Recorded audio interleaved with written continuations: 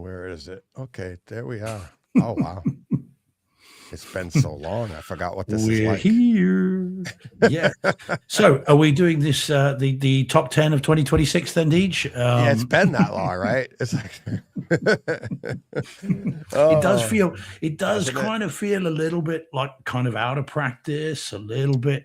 Yeah, Yeah. just, and yet it's only, 1 week. We've done this before. I know. We've skipped a week, but it does feel I a have, little Steve, a bit look at rusty. this. We're 32 seconds in, and I haven't ended the show yet, so we're doing well. Hey, man. Well, that's a win. That's a win. That's a win. Yeah. So, and I mean, if we're talking wins, and I know you haven't been keeping an eye much on the news this week, I was a little bit concerned that the next time we saw each other was going to be down a sniper scope from across a snowy field in Greenland. So it's it's good that that's all sorted. So we're not at war. So everything's so that's a win as well. Yes, exactly. I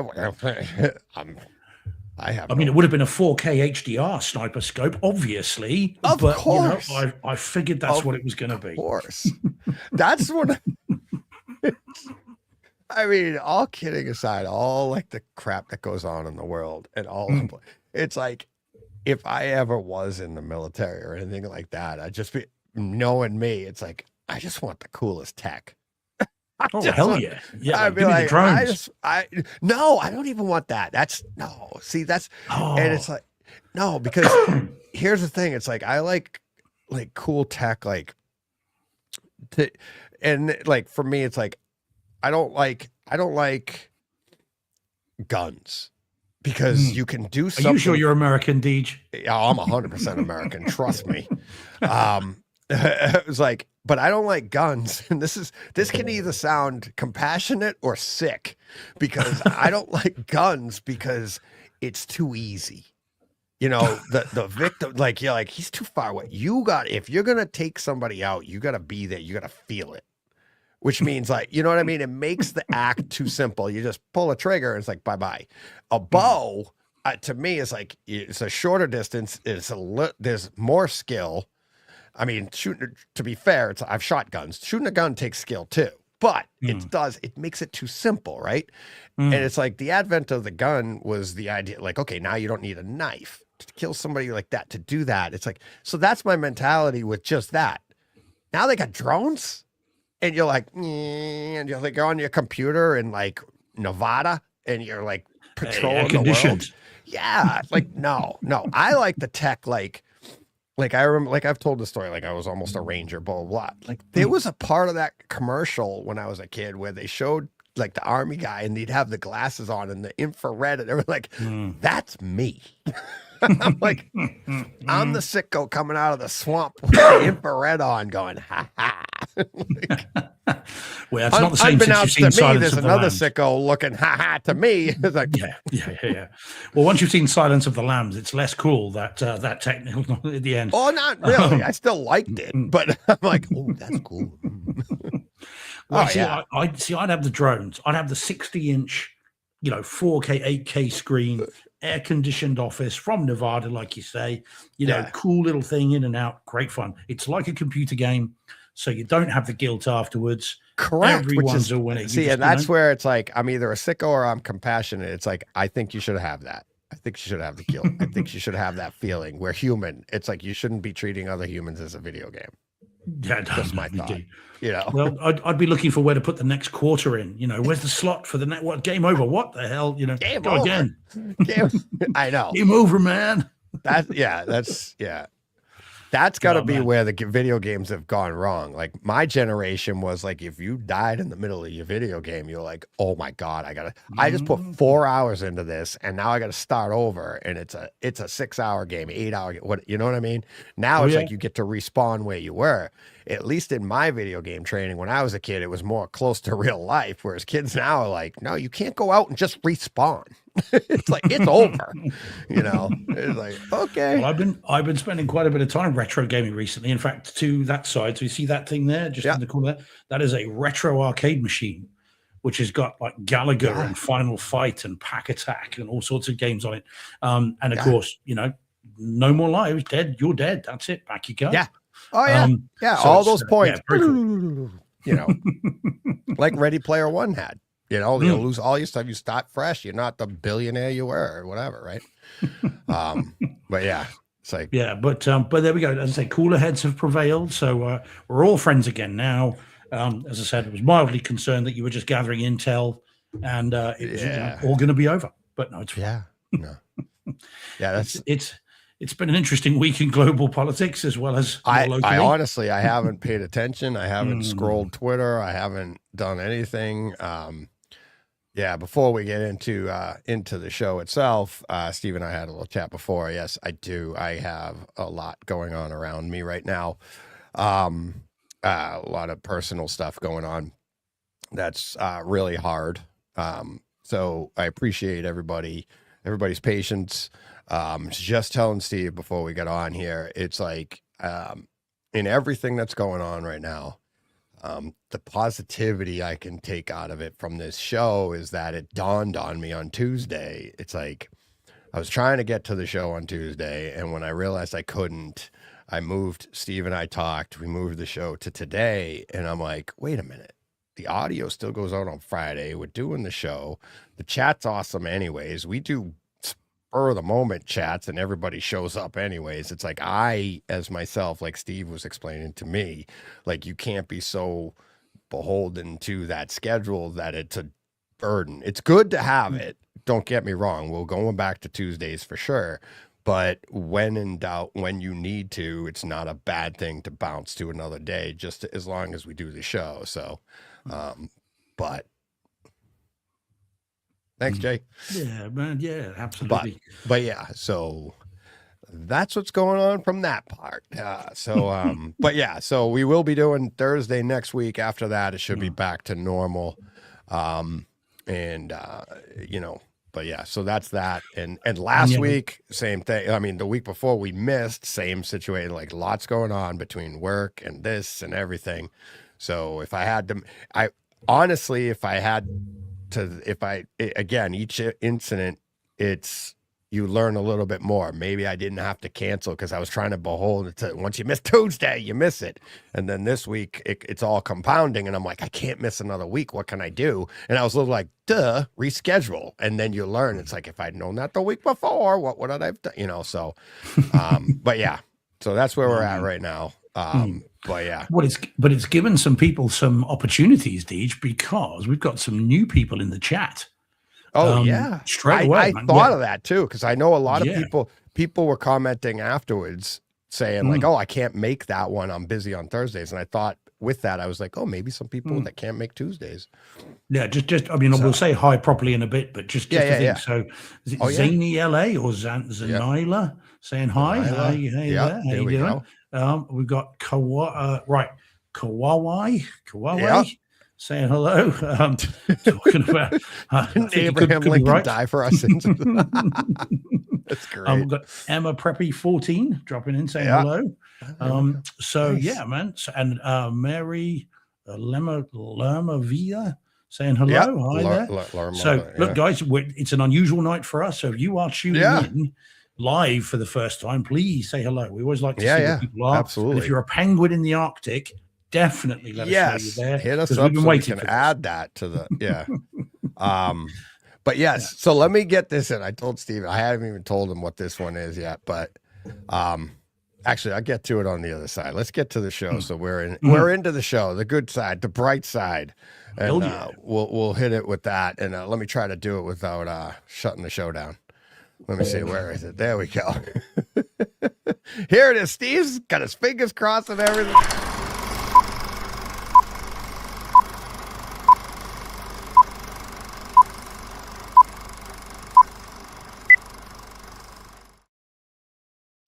We are Brightside Theater.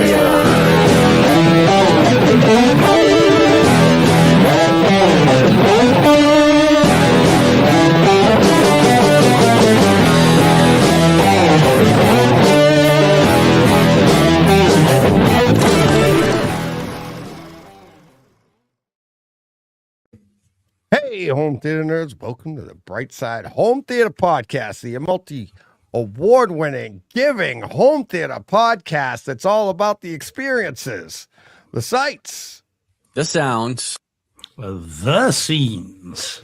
I still remember my line. Yeah, man. But can I just say though, right at the top of the show, I still haven't had my award deeds for like third best host on the show, and I'm appalled. Quite honestly, You're not appalled. You're a Steve. True. I'm a appalled Steve. You're a Steve. You're a Steve. I got a buddy named Paul. Yeah, so he's a Paul. WTF? I mean, come on. I mean, yeah. I was going to get the little donkey on Amazon, and then I thought, how sad is that? That'd be like someone else getting a made-up award and awarding it to themselves. Yeah. And that would be wrong. So, so I didn't do it, but I was close. Yeah. Yeah. Goodness me. There we go.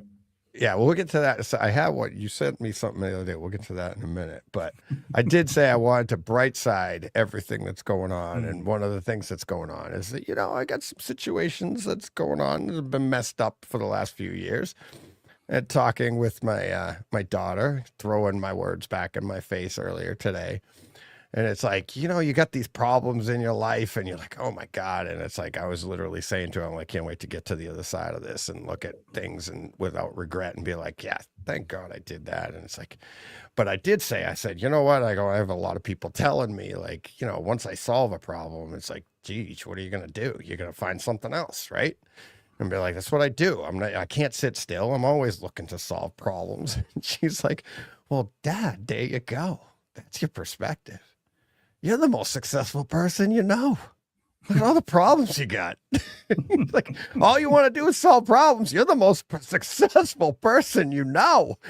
You go. This is the best you've ever done. So we were crying, laughing. And I was like, she's right. Like, if I had nothing to do, I'd be worse. I'd be like, what am I going to do? And it's like, and now I can only imagine that if I do, when the day comes, when things settle down, she's going to be looking at me going, go ahead, make a mess again. Yeah, but can you babysit? Because. Yeah, exactly. And, yeah, so yeah, that's the new way of looking at it. I'm the most successful I've ever been.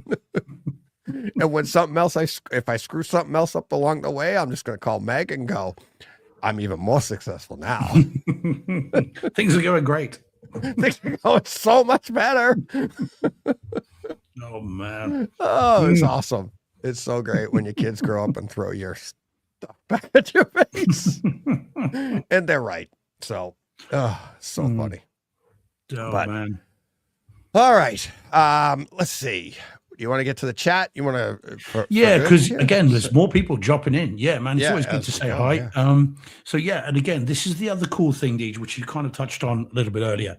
When we do change things, when we do mess with our schedule, not schedule, obviously, when we mess with our schedule and when we do just do things off the cuff, people still show up, and that is very cool. Yeah. Because you and I remember the first night we went live, and I think we got very excited when we had like 6 people.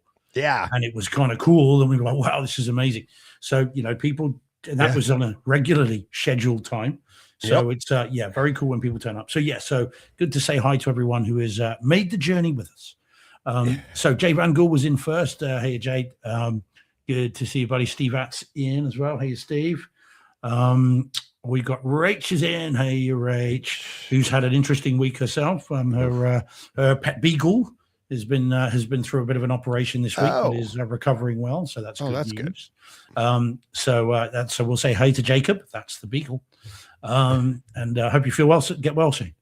Because I had heard he'd been feeling quite rough. Rough. Boy. Yeah. Sorry. Anyway, moving on. I am not going to encourage that. Violet. Yeah. Okay. So Scruffington as well, who's eating a Brontosaurus burger. Very nice. But didn't. Flintstones reference. Yeah, it is. Yes. As Fred and Wilma dropping by, Steve At says. So Scruffy's in. Hey, Scruffy. C Big's in. Hey, buddy. And we've already said hi to Zanaya. Yeah. Jordan's in. Hey, Jordan. Dom's in. Bonsoir, Dom. And again, we said hi to Kakawe and Emma Preppy. Hey, guys. Old School Kung Fu Films is in, saying he's tuned in to hear me talk about Kung Fu Panda 1 on 4K disc. Well, and 2 for that. You never know. Yep. For that. Paul Hertz in. Hey, Paul. Hope you finish well, buddy. We've got another one, AK Carrera. Oh, we've lost Deej briefly. Hopefully he'll be back in. Well, I can say hi as we go. So, hey, AK Carrera, I hope I'm saying that right. Good to see you. Oh, he's just dropped out momentarily. He's broken it already. I mean, honestly. Yeah. So, and then Herx MNI, is that Jan Herkstra dropping in from Montserrat? Hey, buddy, good to see you. Johnny Speakers is in. Hey, Johnny. And yeah, gang is all here. Yeah, man, it's good. So many new faces. Awesome. New faces. Another one. There's another one. Hi, it's Tim. Yeah, Tim. Yeah. That's easier than Thought 1683. Yeah. Tim it is. Hey, Tim. Yeah, it's Tim. Hey, Tim. Yeah, hey, Tim. Hey, Tim. Good to see you, DJ. Stuv. Yeah, Stuv. I have initials that have more syllables than Tim. But yeah, no, lots of people in. So yeah, very cool. Good to see. Good to see everyone in. Those that are new as well. If you want to just let us know where you are in the world, we are trying to work out where everybody is. So if you want to let us know, that's cool to know. So gang's all here. Everyone's ready, present, and ready to rock and roll. Yeah. Can I share some tech stuff, Dean, super quick? Sure. Do you mind? Because I want to give you your props. Here we go. I want to give you your props. Oh yeah. We'll get to this. I had a comment on this as well. Yeah. So couple of weeks back, 2-3 weeks ago, whenever it was, you happened to mention that for Christmas, Larissa got you your AirPod Pro 3s. Correct. And I had said to you at the time, that's cool, but I'm not getting rid of my AirPod Pro 2s because why would I want to do that? I got rid of my AirPod Pro 2s and I got some AirPod Pro 3s, Deej, as you well know. Because again, always looking to upgrade, always part in the back of your mind thinking, I just need an excuse. Well, an excuse presented itself and I leapt at that excuse. And so these are the AirPod Pro 3s. And can I just say, you were right, Deej, in every way, shape, and form. My goodness, I got to make a sounder out of that. TJ, you were right. There we go. Oh, yeah. You don't have to say you're right. We'll just assume it. I mean, they are very, very good indeed. And the noise cancelling is bananas. Isn't it? Yeah. It really is. I mean, if they came out with this noise cancelling like 5 years ago, you'd be like, that's magic, right? We've had good noise cancelling up until this. And now when you get this, you're like, wow. So to impress, it's really hard to do. And that's what I found telling people. I'm like, it is really good. And you're like, really? Even you were like, these are really good, and like the AirPod Maxes or whatever, those are amazing, but they're over the ear. So you can see how that can happen. And then other people have had, and I've read reviews elsewhere with other manufacturers and stuff. And it's like, it's excellent. It's this. So it is really hard to impress. So that's what I felt like when I was saying to people, like, maybe I'm wrong, but I'm like, it is really good. It is scary good. Yeah. Well, this is it. I mean, I used them in the car, not as I was driving. I was in the back of this car with the X-Real glasses on, more about which in a minute. And I had these in and I was watching a show or a rugby match, something like that.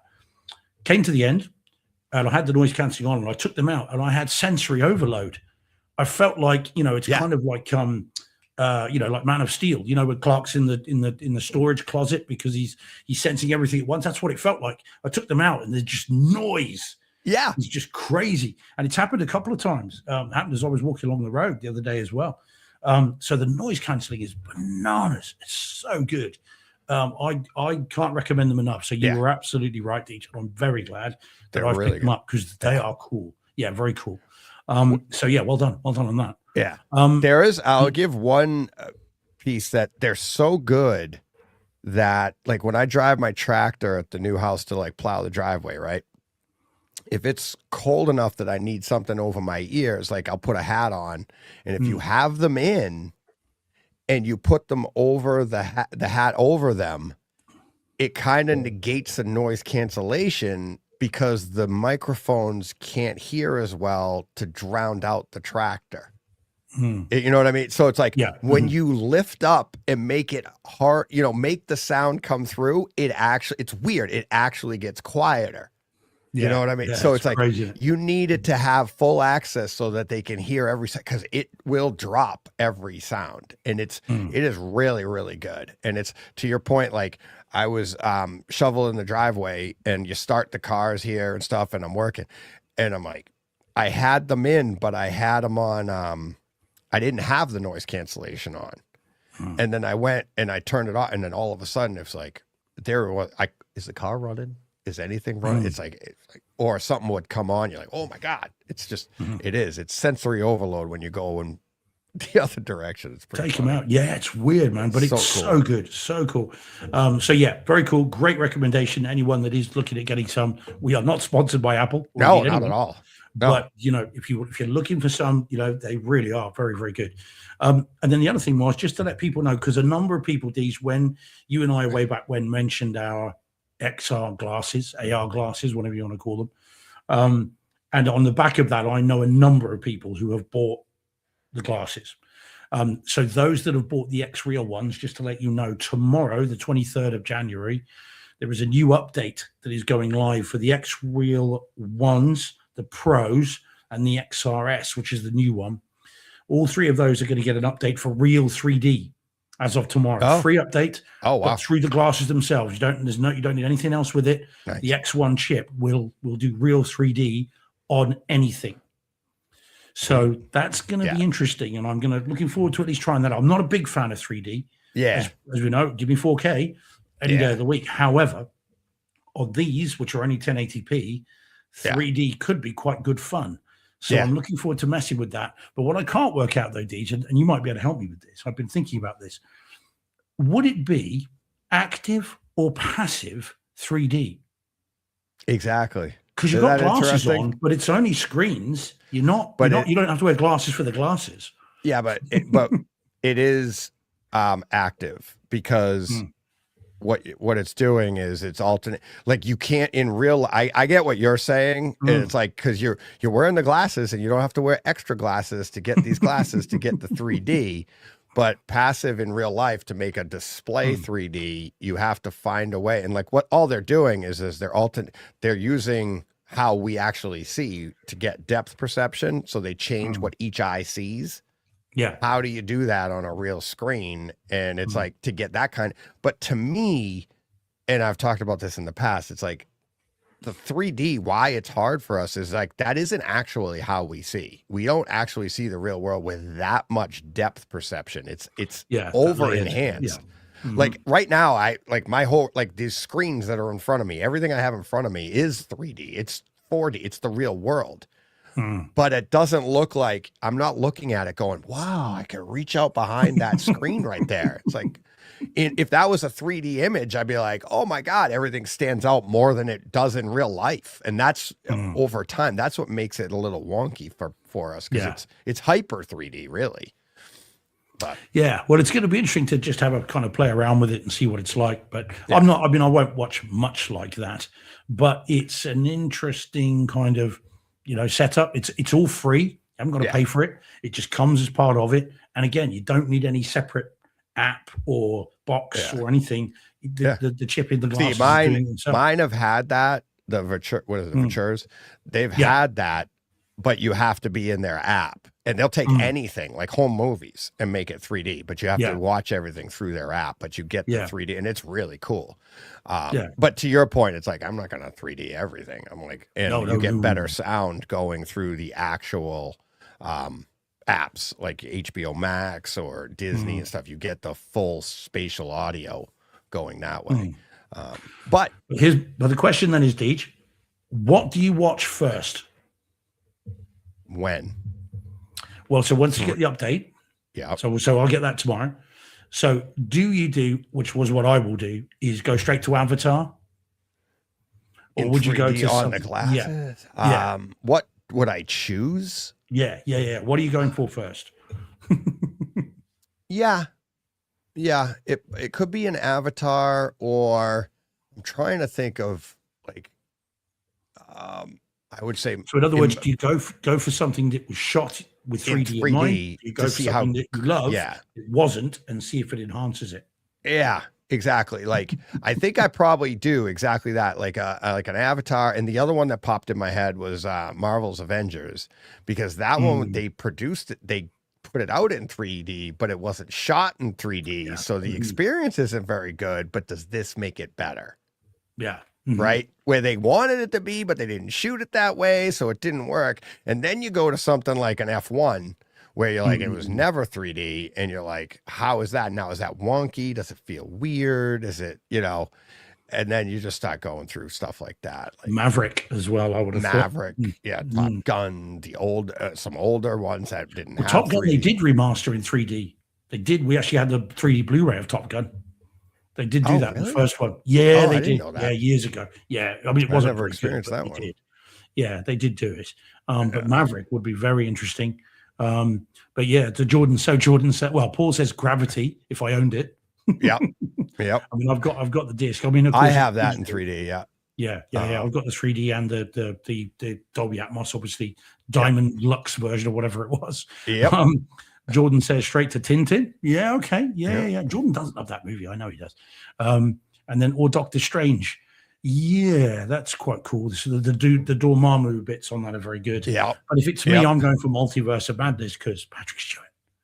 Oh, sorry, did I just give that away, Deej? Yeah. Never mind. Again. Yeah. That's so funny. So yeah, but I think it's going to be Avatar. I think Avatar, and then The Way of Water as well, just to see if it's picking up on any. Well, yeah, because those were the staples for 3D, right? And Disney, of course, offer a number of movies to Apple Vision Pro owners in 3D. Okay.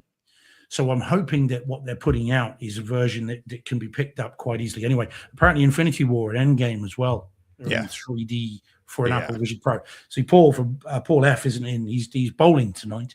Oh. So he's not in, and he's of course our Apple Vision Pro guy. Yeah. But so it'd be interesting to see whether those then have got more dimensionality.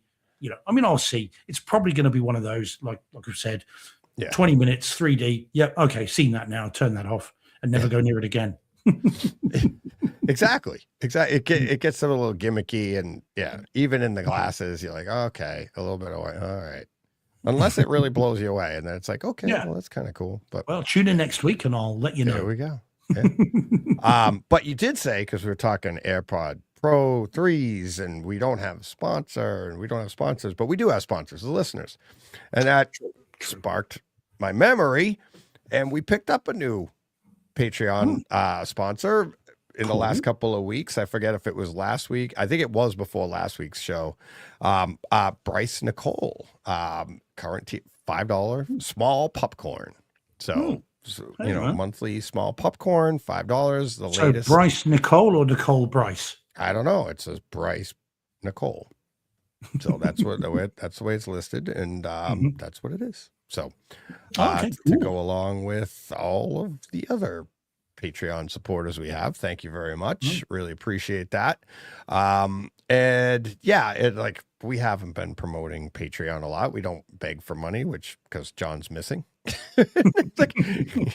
He was my motivator in that. So it is nice that without even asking, every now and then you get a new one. And thank you very much, Bryce. I appreciate that. And to all the Patreon supporters, or Nicole, Bryce and Nicole. Maybe it's Bryce and Nicole. We were a wedding present. Yeah. Wow, that's sad. Hey, maybe they were registered for a Brightside home theater subscription. Yes, that was you on didn't there have to pay. So, but all right, there we go. So, thank you very much, Bryce, and everybody else that's supporting us. Thank you, and anybody that hasn't already, that's okay. Tell your friends if you can't support us and just haven't yet. We'd appreciate that. That'd be great. Said it before, say it again. It's like if everybody out there listening to us supported us, neither Steve or I or John now would have to work. We'd get John back full time. Hey man, yeah, exactly, definitely. So that would be great. But I understand. It's like but yeah. So, but yeah, support us in talking about us, because I'm out of friends. Actually, I'm losing them left and right the way I'm acting lately. So, but I sit down here every week. Well, but, it's funny you mentioned that, Deej. Since we last, but I'm losing friends. well, no, I had a weird experience, right?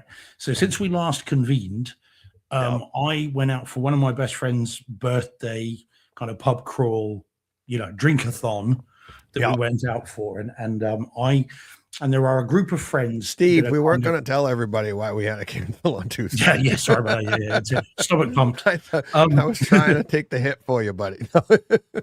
I went to the meeting. It all worked well. So, so there's a group of friends who we kind of only really all get together with when it's his birthday. So it's like, once a year, whatever. Yeah. And so these guys I hadn't seen for a while. Not like you that has a birthday twice a year. Hey, man, absolutely. So it should be. So these guys were there, and I arrived, and we were chatting and drinking everything else. And one of them said, "I've seen the show," and it felt really weird and really uncomfortable, and it felt a bit intrusive because it felt like, but that's me on the show, and then me now. It's different. Drunk. It felt really odd. Yeah, well, quite. Yeah. Absolutely. I can barely speak now. But it was just really weird. It was a very strange feeling to have someone that outside that isn't family or close friends that had been watching the show, and it just it felt weird. I was not prepared for that. I told you about a buddy of mine that I skated with, which I'm going to see on Friday night. We have a big event Friday night for this group of guys that skated. We skated together for like almost 20 years every week. It's just a pickup skate, and the guy running it is having some health issues. So we're all getting together with him and just to get together. But this guy, Steve, that organized, I ran into him at the local hardware store. We're chatting and catching up. And he goes, "Oh, by the way," he's like, I watched the show. He's like, "I'm interested in getting and he said a kaleidoscope. And I was like, "I thought you listened." Yeah. He's like, "I'm interested." And he goes, "But I got a theater in my basement. I got a projector, the one you like, and the idea." And he's like, "I got a JVC and I got this." And he's like, "Tell me about Illumigen. Tell me about the," and I'm like, "Steve, you got my number." But he's like, "Yeah, but I like listening to the show." But like, to your point, it's like, I hadn't seen this guy in like I think I told you guys about the show on the show, but it's weird. You're like, "Why aren't you calling me?" It's like, "I like the show." Okay. Yeah, man. All right. So hi, Steve. When you listen to this, you'll probably hear it after Friday night. He'll probably have some stories for me. Talking about home theater in the basement. You saw that tweet from that person earlier. It might have been last week now, about the boomer thing, the remnant of the boomers, the idea that apparently most people think I forwarded it. Theaters are a wasted room. Yeah. Oh my God. If anybody hadn't seen it on Twitter, if you're not on X or whatever, I just came across this person randomly. It's not somebody I follow or anything, but it was like somebody was like, they were just like, one of the biggest headaches to them is these, and they hate, and they weren't even a realtor, right? It was just, they think it's a waste of time. They had one in their house. Interior designer, I think it was. Yeah, and they were saying like, and I get it. Don't get me wrong. I get it. The guys on AV, Tom and Rob talk about it all the time. When you're designing your theater, you want to make it compatible for sale so that you could pull it. And I know this firsthand after selling my house. But what I thought was funny is like, that's all well and good, but that's your opinion, but they hated home theater. They said it's the biggest boomer waste of money and time and everything. I've got it here. I won't read the name of the person because we're not about naming and shaming.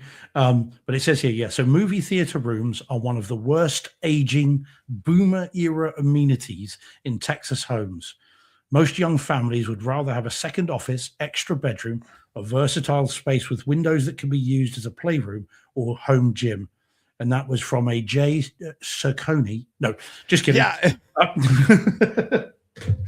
But yeah, just like what the, yeah. Yeah, it's exactly. But it was like, all right, that's your opinion. But it's like people do crazy things. Like they put a pool table in their room, or they do this, or they do that, or they design. Now I get it. They even mentioned the like high rise and stuff like that, like going on. Like I get it. but there is a passion here. It's like you can't diss. Like, I don't understand why people like this. Okay, that's the best way to put it. I don't understand. Doesn't mean it's bad. You know, like I don't understand stamp collecting, but I get passion. You know, I understand that. And that's what I thought was weird about it. It's like you're dissing something in an entire group of people. And that's why I wanted to put it out. I'm like, let me retweet this because I got some people that can comment. Yeah, was it strange? You know, and again, not, I mean, I appreciate we're in, you know, a community that are into this stuff, but, you know, the idea that someone would go, oh, you know, I don't want a theatre. That's the last thing I want. Does seem odd. I get people saying, oh, that's too much work, too much hassle. I don't know anything about it. Yeah. But it's odd that, you know, to sort of say, well, I wouldn't want one seems odd. I've never had anyone come into my theatre room and go, oh, I'd hate what, this is awful. Well, I've had people come in and go, I love it, but I wouldn't know where to start. Right. You know, that's kind of what I've had. I've never had anyone say, oh, yeah, just what a waste of time. This would be a lovely office.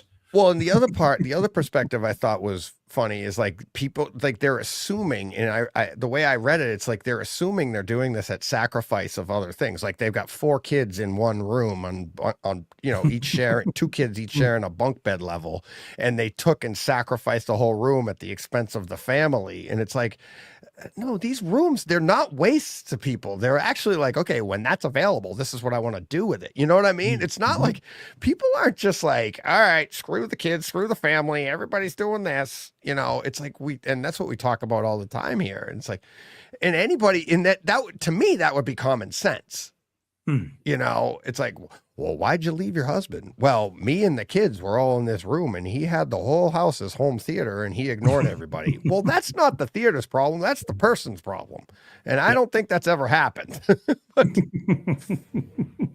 And if I may say, she did say, you know, most people would rather have an office or a gym. Have them all. I've got a theater room, I've got a gym, and I'm in my office. Yeah. Or if you chose gym over theater, that's your choice too, right? It's like, okay, what a waste of time and all that equipment and money and blah, blah, blah. You could put an office in. It's like, it's your choice. That's I don't get it. So, but there we go. It was a weird one and it was out of nowhere as well. And yeah, exactly. Very strange, but never mind. Never mind. We're preaching to the choir here, Deej. Yeah. One other thing, getting to hashtag dork. Thanked us for our award that will be shipped out as soon as I get a moment. But I already last week, I was really excited to talk about this. Hashtag dork did their awards, and guess, lo and behold, what, and I couldn't wait to talk about this with you last week. And this is home theater. This is home theater experience. We're getting into it for real here, everybody. But hashtag dork did they have the Brightside Home Theater Award, and goes to the movie that needs to be seen in the best possible theater. That's the Brightside Home Theater Award over there, right? Well, guess which one they chose? F1. Oh, good man. Exactly. I wasn't sure if they liked it or not. Well, here's the best part. If you go to their episode and listen to that part, I should have timestamped it. It was awesome hearing how they came to that realization. And it was like, because the last thing you want to do is like, oh yeah, just listen to them and just duplicate, blah, blah, blah, whatever. They don't do that, but listening to them back and forth, I was like, oh my God, we're having an effect, because they're into home theater, not like we are. Right. But they're on the periphery. And like you've seen, Ryan's been on the show and he's like, he wish he could do more, but he doesn't do that stuff right now. He doesn't have the capability. Rich Keefe, he has the Dragon's Lair. He wishes his theater was like us, all of us. It's in the early stages of evolution. He loves his theater, but it was like it's got the greatest name, Dragon's Lair. But yeah, so they're not like as in the weeds as we are, right? But they do listen.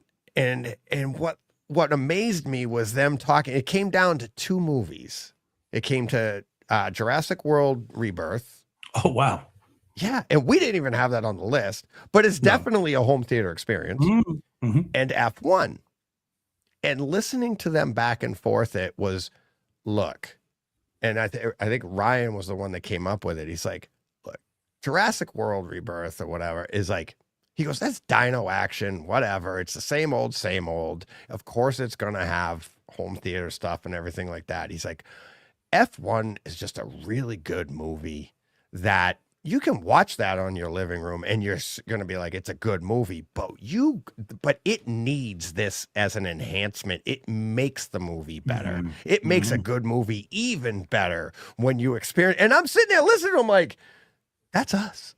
It's like he's saying the enhancement part, and that's how because they have their nominations. Actually, I think they had 5 nominations, but the final, when they were getting down to the nitty gritty and discussing it, they literally decide right there on as they're doing it. And like, I think it's going to go to F1.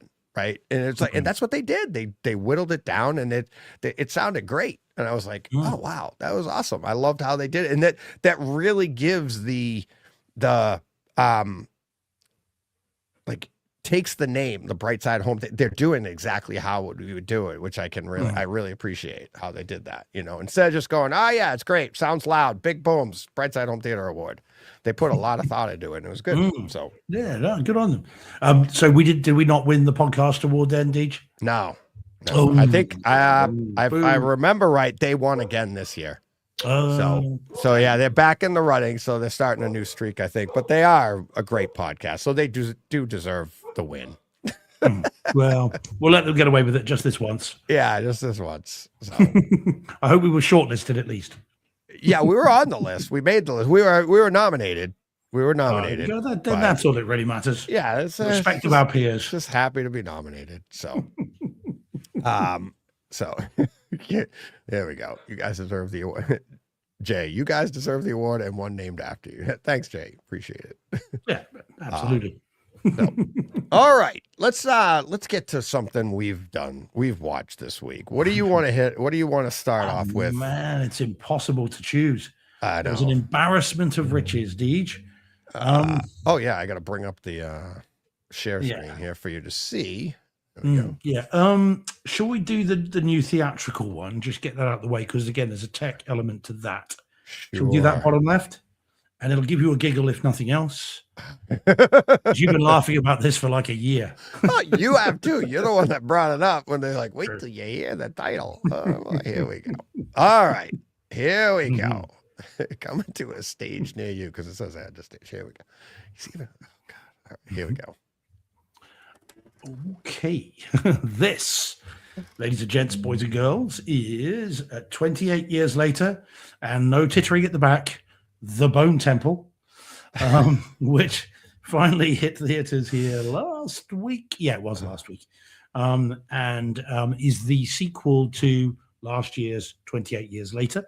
And hopefully the middle part of a trilogy and the third one, which would be presumably next year. But it's been greenlit, the third one, but unfortunately this one is not performing terribly well. So whether it will come off or not, I don't know. I hope it does. 28 years later, I reviewed it on the show, talked about it briefly. I think it was in my top 25. I think it was my top 20. So we talked about it briefly. So this is the sequel to it.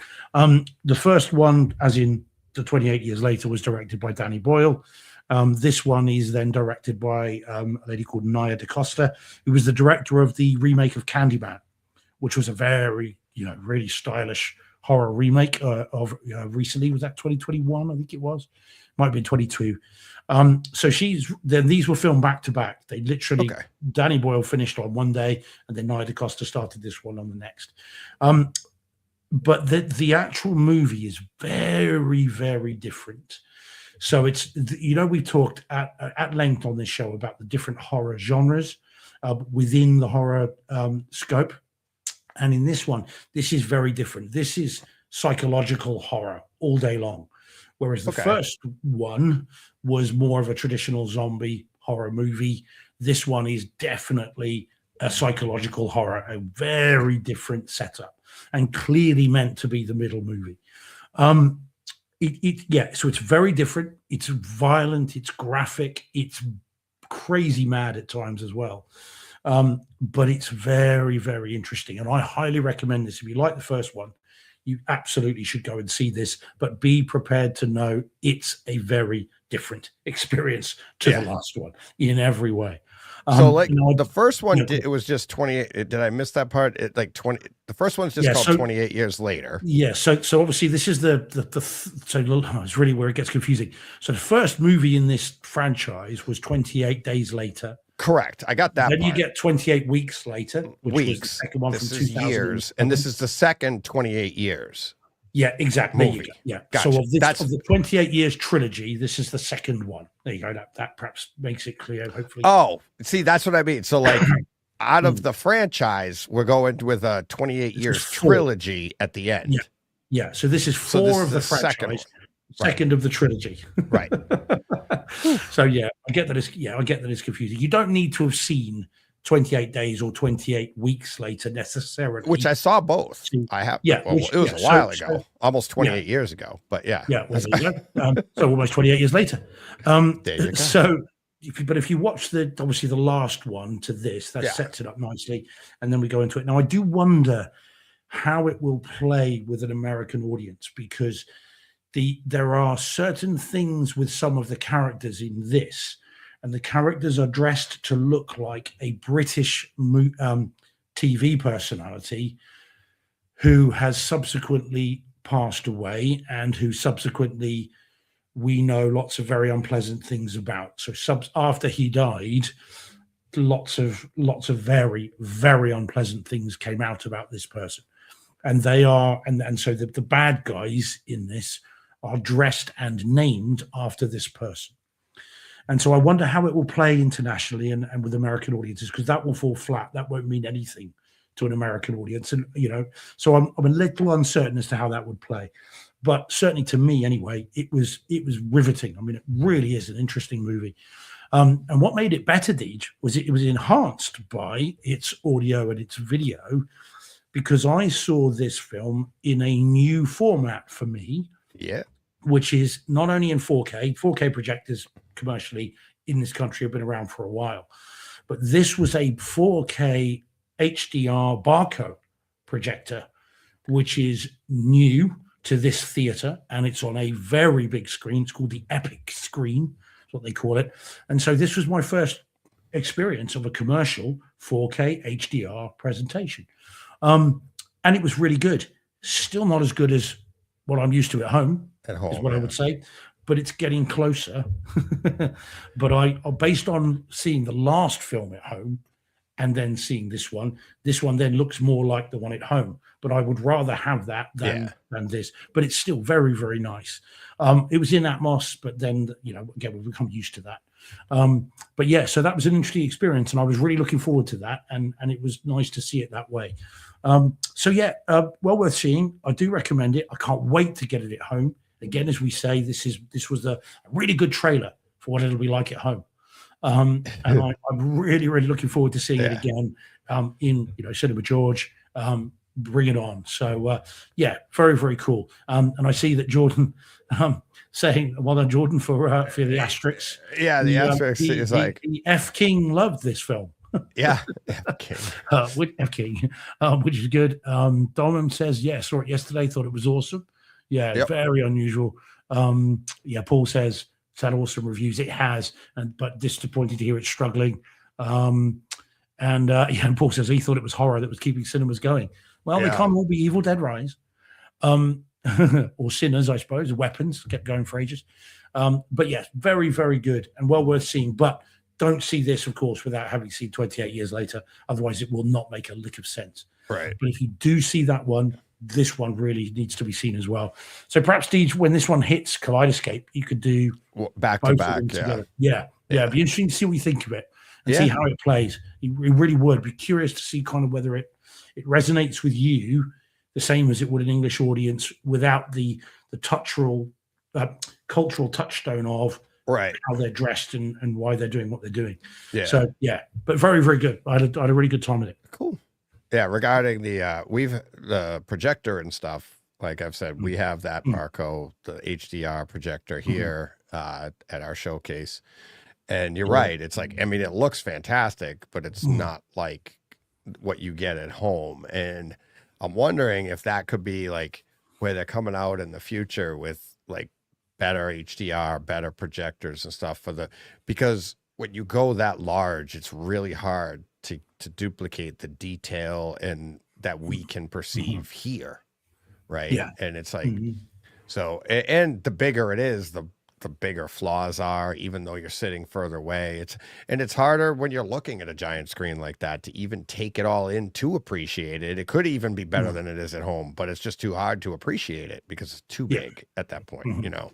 So maybe they get better HDR, but that's where it goes, so that it kind of mirrors how good it can be at home at the theater. It's like, that makes sense, you know. Yeah, there's definitely a texture to how a movie like this looks at home compared to then how it looks. In again, bear in mind only one, but still, you know, how it looked in the theater.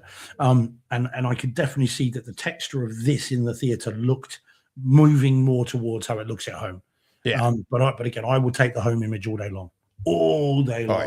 And I mean, it was a massive theater, and there were only about 10 people in there. I saw it mid-afternoon on Tuesday. Actually, I saw it on Tuesday so I could have it for the show. So it was kind of middle of the afternoon. And there were like 10 people in this like 500, you know, seat theater. But I would still give me it at home any day of the week. Yep. So all right. Let's see. Let's go back to here. There we go. Do you want to do this week's Netflix biggie that we've both seen? Yeah, we've both seen this one. I can't wait to get your take on it. These are two, you know. All right, let's bring it up. Let's get it up here before we start talking, so we're not teasing everybody like crazy again. All right, there we go. All right, we are talking Netflix original. And there's a lot to go with that. This could be quite the conversation. Netflix original, The Rip, done by, made by the Boston Boys, Matt Damon, Ben Affleck. So this one dropped 4K, Dolby Vision, Dolby Atmos. What is it, about 2 hours, something like that? But 1 hour and 52 1 minutes. hour 52 minutes. Deej, read the screen. Read the script, Deej. Read the script. So much better in rehearsal. So The Rip, I really enjoyed it. It is not the greatest writing and greatest movie in the world. I'll tell you right up front, I pegged this from like 5 minutes in. I knew exactly what was going on, but I still loved it. And that to me was part of it. It's like, if you're a movie fan, like we all are, we're all content fans, right? We've been watching stuff, trying to figure things out, and what's going to happen next? And you're always trying to look for little things. This movie is like right up front, in your face. You know, if you're paying attention, you're going to know exactly what's going on. But it's still a blast. It's still like it's like getting on a roller coaster and go, yeah. You're going to go up, you're going to go down, you're going to do it. You get off and you're like, that was awesome. That's what this was, right? I know what was coming. I saw the turns and the twists and everything a mile away, and I had an absolute blast with it. Let me get your perspective on that, and we'll get into the theater part and all of that good stuff. Yeah, I did enjoy it. I didn't love it because I don't know, somehow it left me a bit cold at times, just because it was very predictable. I think you could tell what it wanted to be. It wanted to be a mashup of Heat and Sicario, and it wanted to do all these kind of movies. Even Sabotage, the Arnold Schwarzenegger movie from a few years back. It wanted to be all of these things, and I think in trying to be everything to all of those things, it kind of lost its way a little bit. And I think it's relying on Damon and Affleck to keep 100%. Unfortunately, they are great together. I mean, these two are awesome. Oh my God. And so they definitely keep it trundling along, when I think a lot of movies would have gone off the rails big time. But they do keep it there, because when the two of them are just in a room, just talking, that interest is still there. And so, yeah, I did enjoy it. I'm glad I've seen it. I don't think I'd see it again. I've already been like, I want to watch it again, because I want to watch it again. Even though I felt like, as I was going through it, it felt like a second viewing to me. You know what I mean by the storyline. But Yeah. even more so, I want to go back and see if there was anything else I missed that, like, because I was so confident in knowing, maybe I missed something. Oh yeah, I didn't even see that part. That's a giveaway too, you know. Do you know the backstory to the movie making process for this one? In terms of their production company. Yep. Yeah, that I do. Yeah. That So- was on Smartless. When they were on Smartless, they talked Okay, about it. so they're making their rounds. I heard them on Rogan, which they did 2.5 hours on Rogan. Same thing, right? Yeah. And it's like you given the backstory of what they're doing, what their production company is doing, and I find it to be like almost apropos that it's the rip, right? It's about the money, and it's like, and that's I felt like everything you said about the movie is true. Right. It's trying to be something like, but I don't think it's trying to be. I think this was them making a movie that was entertaining. It was a fun home theater experience, and we'll get to that. But at the same time, this is kind of like their blueprint of how to make streaming content and how it can be viable in the future to everybody. And if anybody listening that doesn't know what we're talking about, is like, this is the first, I think it is the first movie, but this is the first movie that the crew, anybody involved in this movie, gets a percentage of its success. And the way I've heard it explained by them is that they didn't take it, and people didn't take a hit either, right? So like if you're like a gaffer or whatever, you're getting paid the way you should be paid to make these things. But on the back end, you're also getting a percentage of the profits of it doing well. So if it does better, you get, that's the idea. So everybody in the making of this movie, to like, I think I even heard him say, like, even like the catering and the people that, you know, all of that. It's, if you were involved in this movie, you have a stake in it. Yeah, I think it is the second one, Deej, because I think Air was the first one. Oh, Air was the other one? I Okay. think so, yeah. But this one here, I felt like this was the first because of the way they're really pushing that.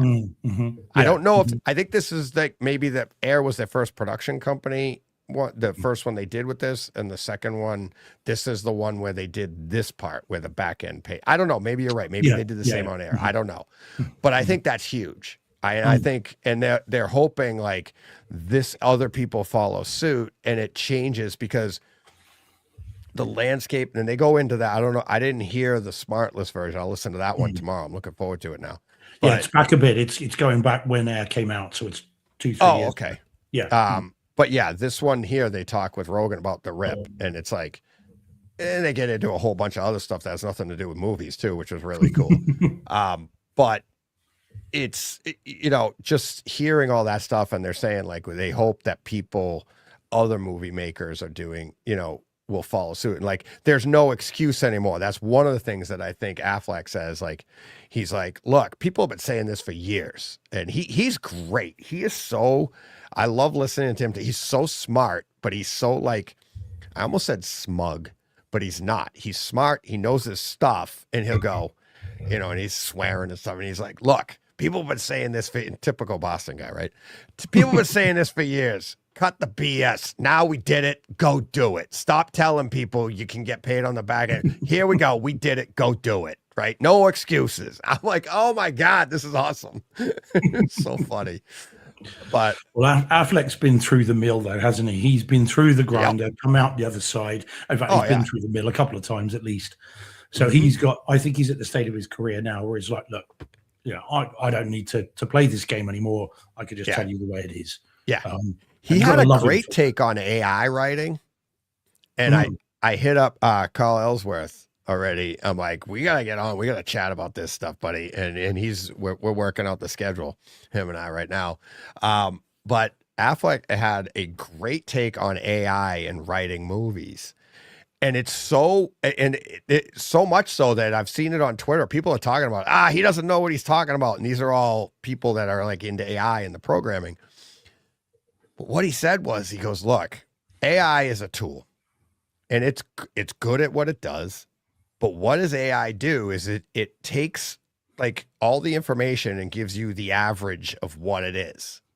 Okay. So all it can write is average. It can't write a great script because there's not a lot of great scripts. So like basically what he was saying is like, if you're a professional writer and you're looking at this and be like, no, this is garbage, you'll take it and you can now fine tune it and write it and make something great out of it. But don't get me wrong, there's a lot of people out there looking at it going, this is great. Yeah, because you're a crappy writer or you're not a writer at all. You're looking at something average thinking it's great. Like, I don't know how to write. All of our stuff in for our show is all like that's AI now. It's like all of our show descriptions is done by AI, and I'm like, this is great. I can't do that. A writer will look at it and go, that's crap. But I don't know how to write. So average to me is awesome. It's way over my head, right? And that's basically what he was saying. He goes, if you're an artist worried about AI ruining your job, it means you're not a good artist. He's like, great artists don't care. I was like, oh my God. So no, it's good. Can I just say with this before we get on to the home theater side of it, though, DJ? Sure. There is a dog in this, and it's a dog that is owned by a police officer. Oh yeah. Therefore, it's a legal beagle, isn't it? Yes, it is. As I was watching, I'm like, ooh. Oh God, that was the hardest part of the movie. What's gonna happen? Oh no. Yeah, no, they're not gonna do that. And at one point, they put a vest on the dog. They're like, get the. Yeah, exactly. You remember they're like, all right, go get the vest for the dog. I was like, oh no. Yeah, they're not. This is not that kind of thriller, is it? No. But yeah. So in terms of the home theater, then, what did you make of that, Deej? I thought it was great for a Netflix. Again, we always talk about Netflix. I wouldn't put it up there. It's not up there with a home theater experience of the year, even this early on. I can't say that, but it is great. It's funny, especially right after coming out of the awards from last week that we gave, or 2 weeks ago when we gave them. I'm like looking, well, they didn't do a lot of stuff here. They didn't do like what we gave. So I'm like, I'm looking at things at that kind of light, which I want to keep doing. But I thought the black levels were amazing. There was a lot of detail in the dark, and there's a lot of dark scenes. Yeah. So I thought the HDR was amazing for streaming. I thought the way they utilized the light and the darks and everything, I thought were textbook Netflix, right? You're going to be very happy that you've calibrated your system, and this is going to take advantage of all of that. Audio wise, so good. The gunfire, the gunshots, really kind of left you wanting more of them. Because it was so good, like the gunfire. I thought the bass when punches, it did go, it really went, didn't it? Oh my God, really good. So, what did you think? I did. Well, again, I agree with in terms of the video 100%. I mean, it's a movie designed for people with a calibrated TV, or a display of any kind that's been properly set up. Because I think if you're watching this in a brightly lit room on a small TV, or even a big one that's not calibrated, you're going to miss all kinds of stuff. Yeah. In fact, there are plot points in this that take place in the dark, and if you are not watching it properly, you've missed that. So at the end, when all is revealed, you're like, when did that happen? You haven't got it set up, you're not going to know. But I did like the audio. I think this is definitely shot with Atmos in mind. The whole discussion sequence with the owner of the house, the female officer with the beagle, and then what's going on upstairs in the attic while they're knocking is all in the overhead speakers. All of that's going on above you. And that one conversation with the dust, coming down, it's such, and they're just sitting there, which was great because they're just talking like matter of factly, and they're like, and it's not a spoiler, but that you've got other officers upstairs knocking around and stuff, and there's like drywall dust going. Coming down in front of like Affleck and Damon and the character they're talking to, and they're like, but they're just sitting there like, so tell us this, and you can hear it all upstairs, but there's and they're not even flinching. No, but all of that's above you. All of that feels like you're in that room. Whereas if you're watching this on a 2-channel TV or a 2-channel, stereo TV or soundbar, that's all just going to mean nothing to you. You're going to know people are upstairs, but you're not going to get to experience what it's like to have people over your head. It was so clever. And again, for streaming, it's just, I did like that. That's what kept me more interested in this than I think the story at times. Because I think the story, yes, I had figured out very quickly what was really happening. It was all a bit rote and a bit predictable and a bit, again, we've seen this before. So that experience definitely kept me engaged. So yeah, it was good. But as I said, I don't think I'd see it again. I think it is kind of one and done for me. But I'm glad I've seen it. And again, if I had to see it for the first time, seeing it in my cinema room is where I'd want to see it. Yeah. So yeah, it was Absolutely. It was okay. It was okay. Worth a subscription fee for this month. Yeah, exactly. And it's funny, like on the home theater side, listening to Affleck and Damon on Rogan, Affleck even says, like, well, they get into the part like how Netflix, when you're making a movie for them, they tell you get notes on stuff, and they're like, in the writing, they want certain things so that because they understand most people are watching their content on their phones or their laptops, or they're watching it on their laptop while scrolling on their phone. So that all goes into the writing. And so if they already know all that, like Netflix knows that, most people aren't experiencing this in a theater, and they talk about that a little bit, to the point that Affleck even says, he goes, look, I have a really nice setup. I get to experience it like a theater, but most people don't do that. And I'm like, oh my God, we got to get them. Like, yes, yeah. I'm like, we got to get them on the show. But to me, that gets back to, like I said, about Ron Howard and Apollo 13. It's like they're making these movies and they're doing an amazing job with the HDR, with the Atmos and all that. But yet they know only about, at best, 10% of their viewership is taking advantage of all that. But they still do it, right? And that to me is like, that's what amazes me. When everything in the world it's about the money, it's this, that, and they're out to make money. And it's like, what would be, if you cut the budget and said, we don't need to do Atmos, we don't need to do this, just make the movie, you're only going to lose about 10% of your business. What are you doing? That to me right there, that's the passion project. That's the money being spent for no other reason than the want, because it's really not paying off, in my opinion.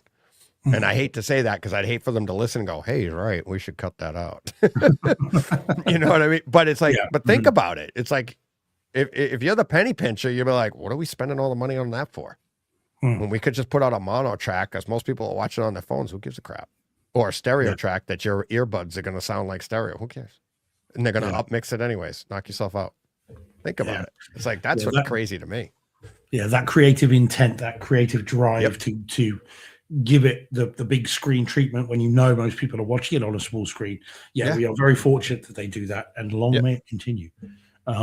So yeah, no, I get that. But yeah, it was good, as I said, but what it done for me. Yeah. All right. Well, I'll try to convince you when I watch it later. All right. What do we want to hit next?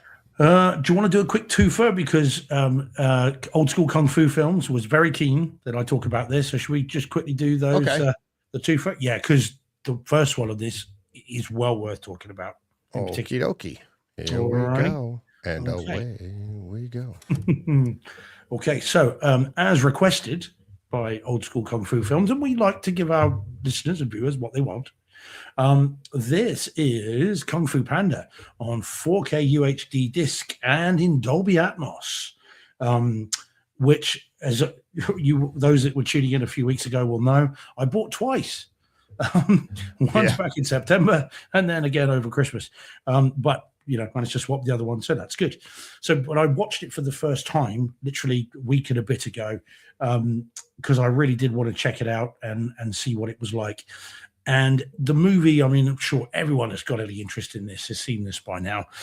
It is an enjoyable first movie. The first one is particularly good, and it's just as fun and just as silly, but as enjoyable as it's always been. And I had a great time with the film. I am very pleased to report, though, and this is really what I particularly wanted to talk about, is how good this presentation is. This is, in my respectful opinion, the way to do older animation on a 4K disc and with Dolby Atmos. This disc is a thing of beauty. It the HDR makes this glow in the very best way. So you get all the increase in detail. I mean, appreciate, of course, with animation, it's not as though there's much hidden, but it is sharper. But it's the HDR that makes this fantastic. All of the backdrops, the backgrounds, everything else is absolutely exquisite. It is beautifully done. And I spent this movie I wasn't expecting a great deal because, again, it's an older film, but I was blown away by it. And from front to back, as Jade Bagul says in the chat, Kung Fu Panda 1 and 2 is demo. I mean, I certainly agree with the first one. We'll come on to the second one in a minute. But this is demo worthy for sure. And the audio's awesome as well. Again, bear in mind, it was not an Atmos track when it came out.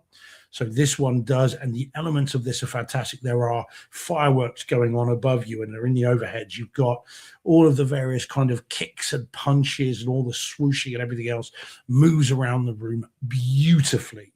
And when the camera swooshes and the audio perspective changes, so the audio does in the speakers as well. It's phenomenally good.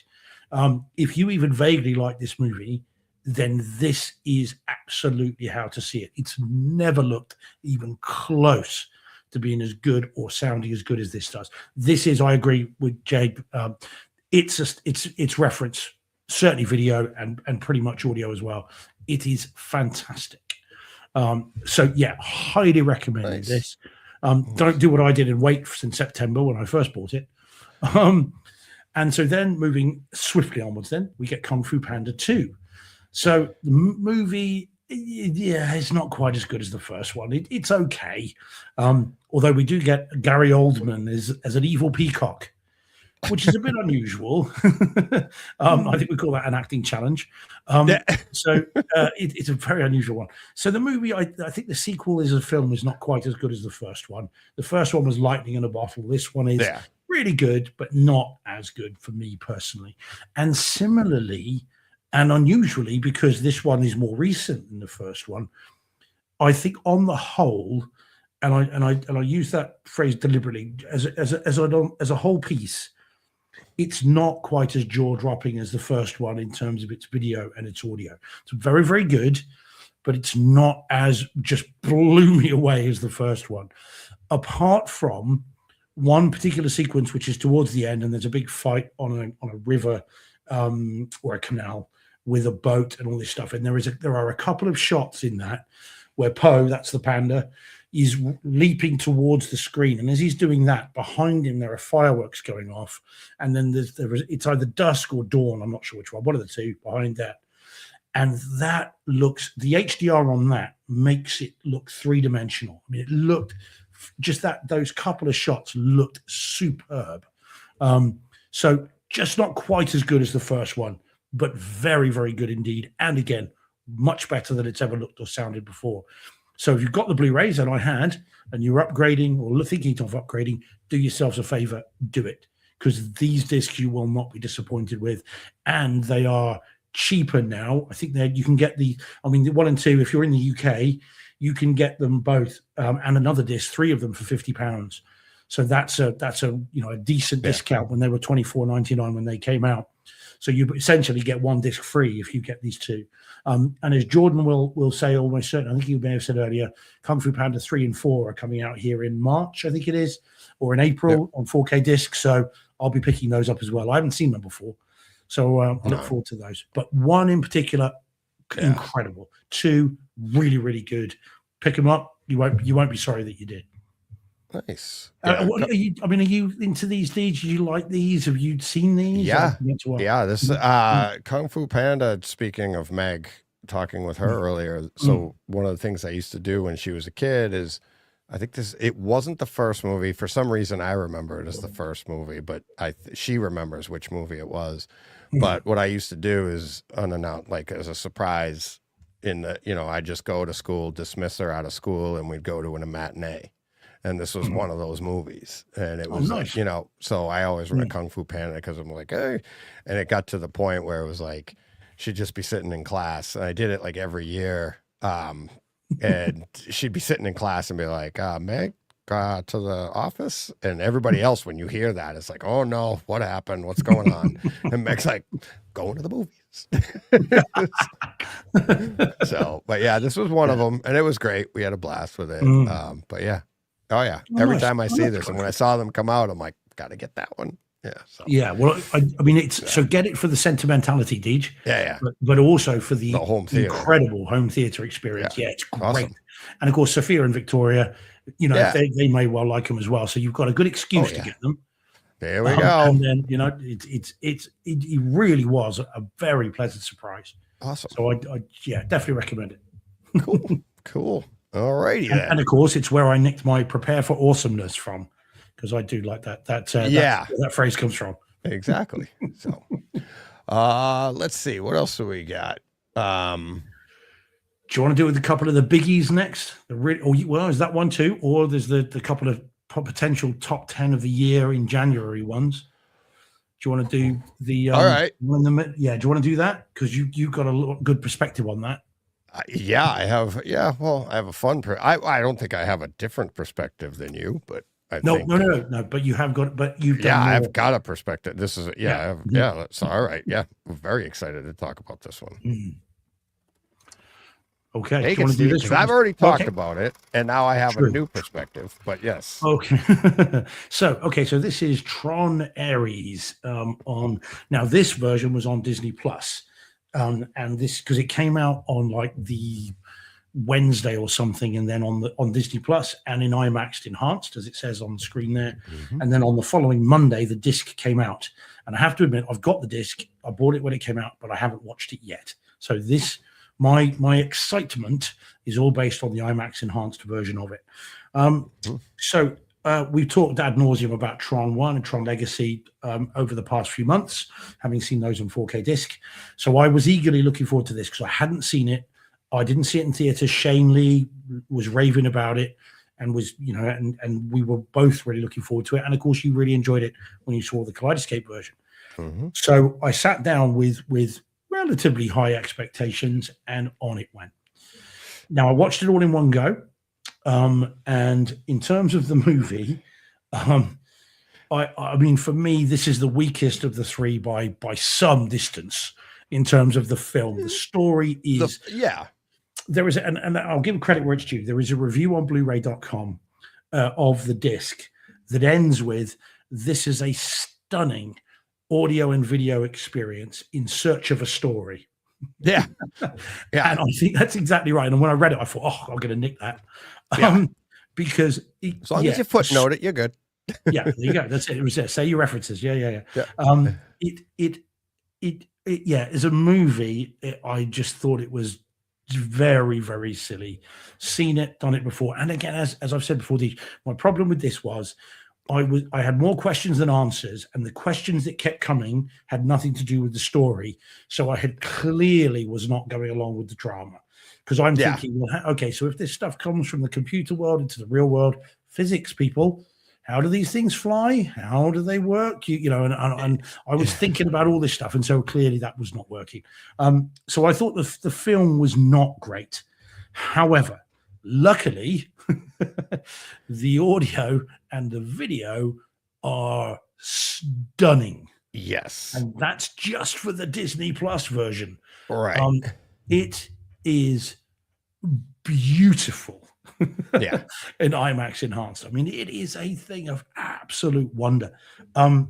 This could be a new benchmark for streaming for me in terms of its look and its sound. I mean, it was like going to an IMAX presentation. I felt I was in the front row with a massive screen, and every time it went wide, it just pulled me into it. And so I almost didn't care as much about the story, because I was just bathing in the visuals and loving the thumping audio, the bang, bang, bang, all through. So weak movie, fantastic presentation. And I can't wait to see the disc at some point when I get back to it, because loads of other stuff. So, but what we're going to come on to talk about, in a bit, we will have time.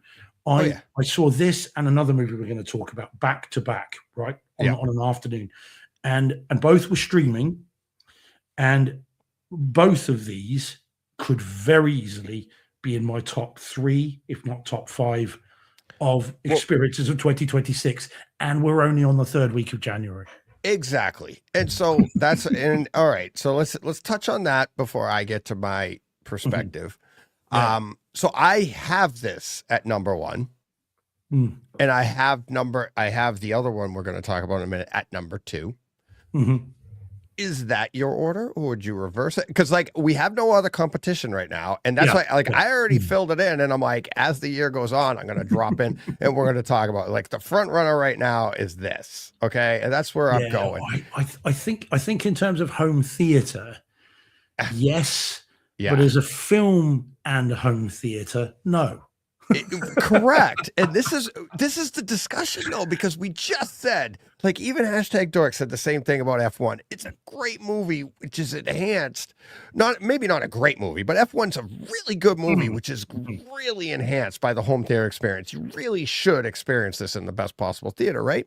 Yeah. Well, here's a movie that I can't argue with you. I enjoyed it, but I can't argue with the storyline. It is ridiculous. It's like, but here we are talking about it. Is that not the definition of what a home theater experience? Like, you're going to see this multiple times in spite of its story, Oh yes. right? So that's why I'm like, and now when I watch other stuff, it might have a great story, but the home theater experience doesn't add up to Tron Ares, right? So that's in the back of your mind. So that's why I have it at number 1. Like, and it doesn't mean we've got a great year ahead of us. It doesn't mean it's going to stay there, but I mean, it is a good way to start. And with that mentality of like the home theater experience of this, with that picture, which we're going to talk about, I'll get to my perspective on that in a second. But the Atmos on it is in the between the soundtrack, which is like awesome. It's like a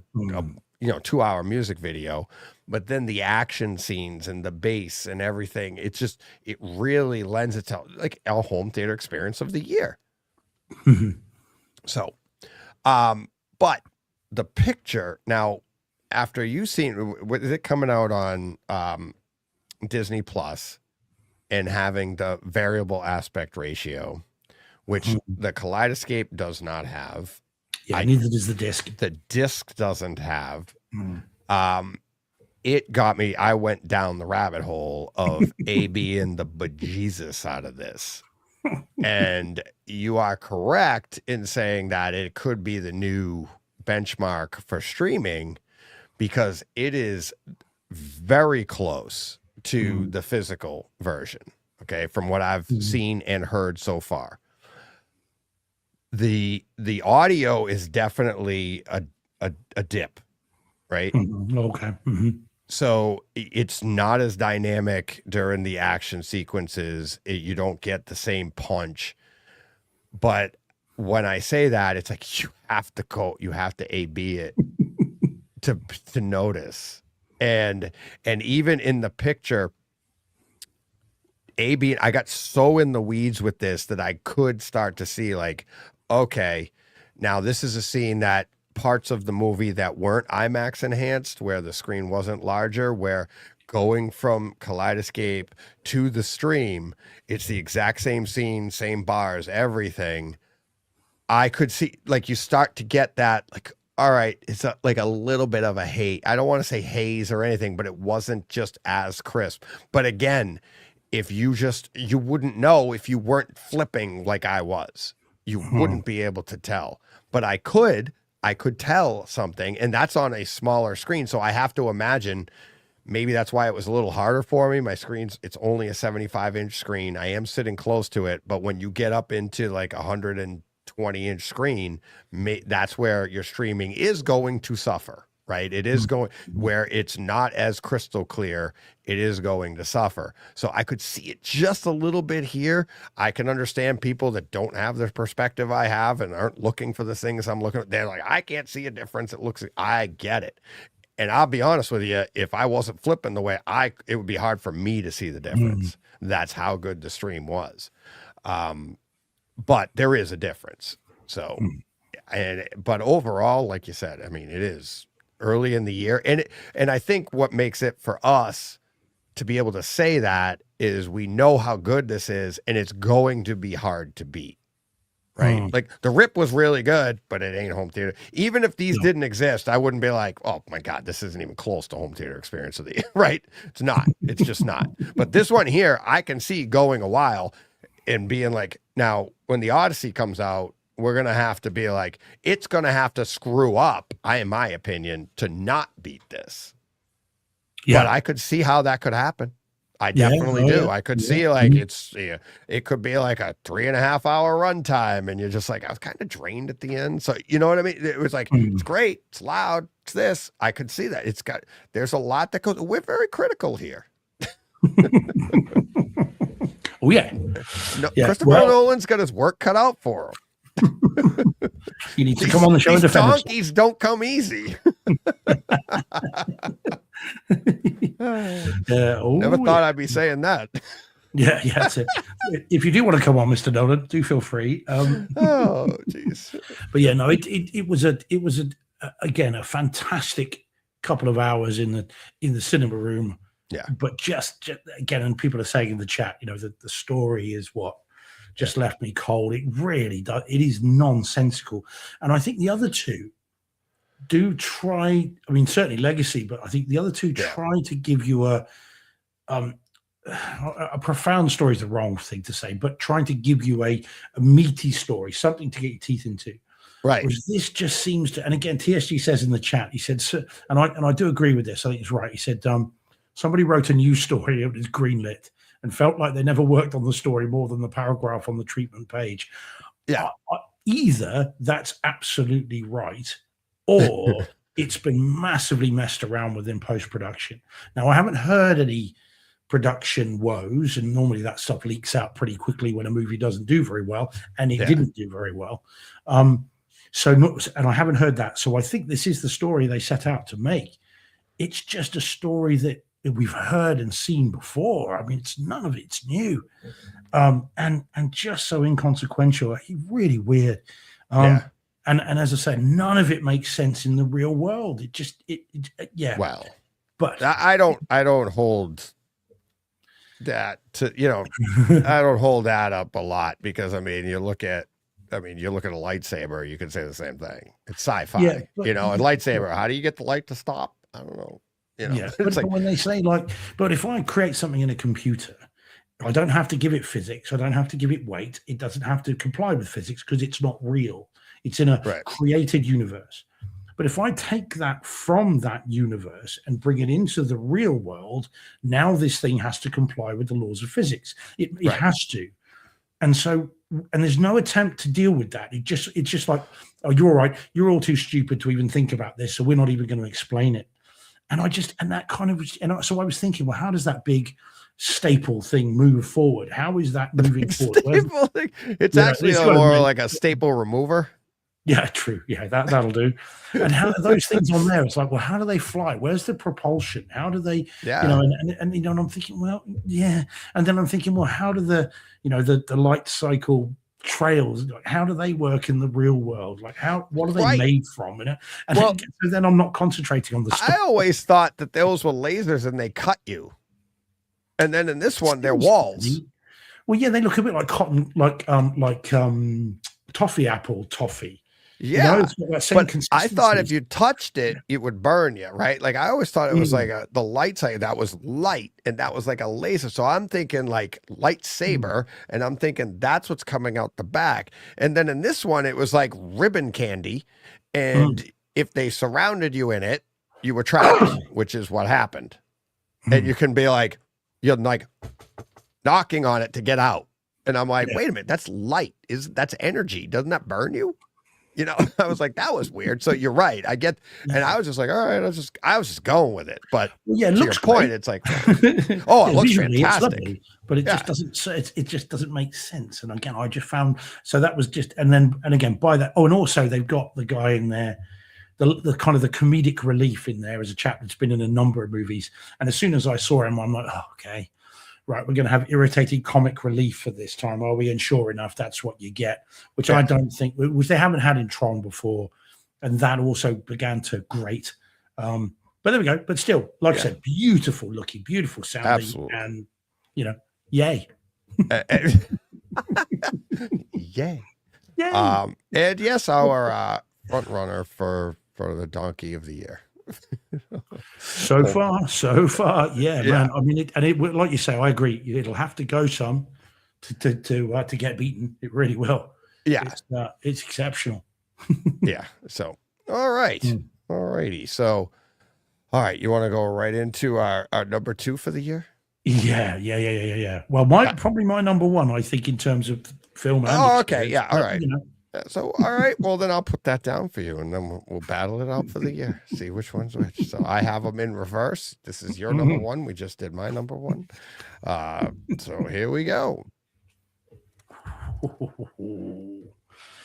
Yeah. So, do you want me to do this one? Set this one up? Sure, you can open it up. Oh. Have I talked about this one yet? No. Oh, You've okay. seen it, So I think, we both before the seen last it. I saw it on Kaleidoscape. You've seen it Yeah, on I've seen disc. the stream. There's no stream. This is Oh, this is a stream as well. This is Apple Okay. TV stream. Yeah. Notice how they're emulating the disc menus. Yep. That's Oh, quite no, new. So, yeah. That's why I thought it was a disc. Yeah, exactly. Yeah, it's Nice. not out on disc here for another Okay. 2 or 3 weeks, I think, maybe a month. So this was so Predator Badlands, and it dropped on. It dropped over there and then dropped digitally as well. And I thought to myself, I'm going to wait, because I'd seen it theatrically, and I thought I'll wait for it to hit disc. I know it's coming in February. I'll wait. But then I knew you had it, and I knew you'd seen it, and I had a bit of spare cash, and I thought, I'm not going to do this to myself. And I just watched Tron Ares, and I thought, you know what? Yeah, I'm going to get it. I don't care. So I bought it. Didn't rent it. I bought it. £20, I think it was, 19.99. And I put it on straight away, straight after Tron Ares. And again, as I said, I saw it in theaters. Didn't love it because there were some bits that I didn't particularly like. See my earlier review. But I wanted to see what this was going to be like in Cinema George, because I'd had that frustrating theatrical experience of subtitles, and also it didn't look and sound that great in the theater that I saw it in. Yeah. So sat down, watched this. Did enjoy the movie a lot more second time. It's still not fantastic. It's not as good as Prey. It's not as good as Killer of Killers, but it's still really enjoyable. And I did enjoy it much more second time, knowing what was coming and where it was going to go. So that was fine. What I wasn't really prepared for, and I very quickly discovered, was just how good even the stream on Apple TV, this one, as I say, was and is. Because right from the get-go, right at the beginning, you get the Yautja Prime, you get the humming and the kind of the stuff from the various things, which reminded me of Northman, by the way. At the beginning, where you get that humming and those voices. And right from the outset, you're like, okay, I'm in for an experience here. And on it went. And the black level issues that I had in the theater were non-existent with this. It looked great. Stuff that I couldn't quite make out in the theater looks perfect at home. And the audio is awesome.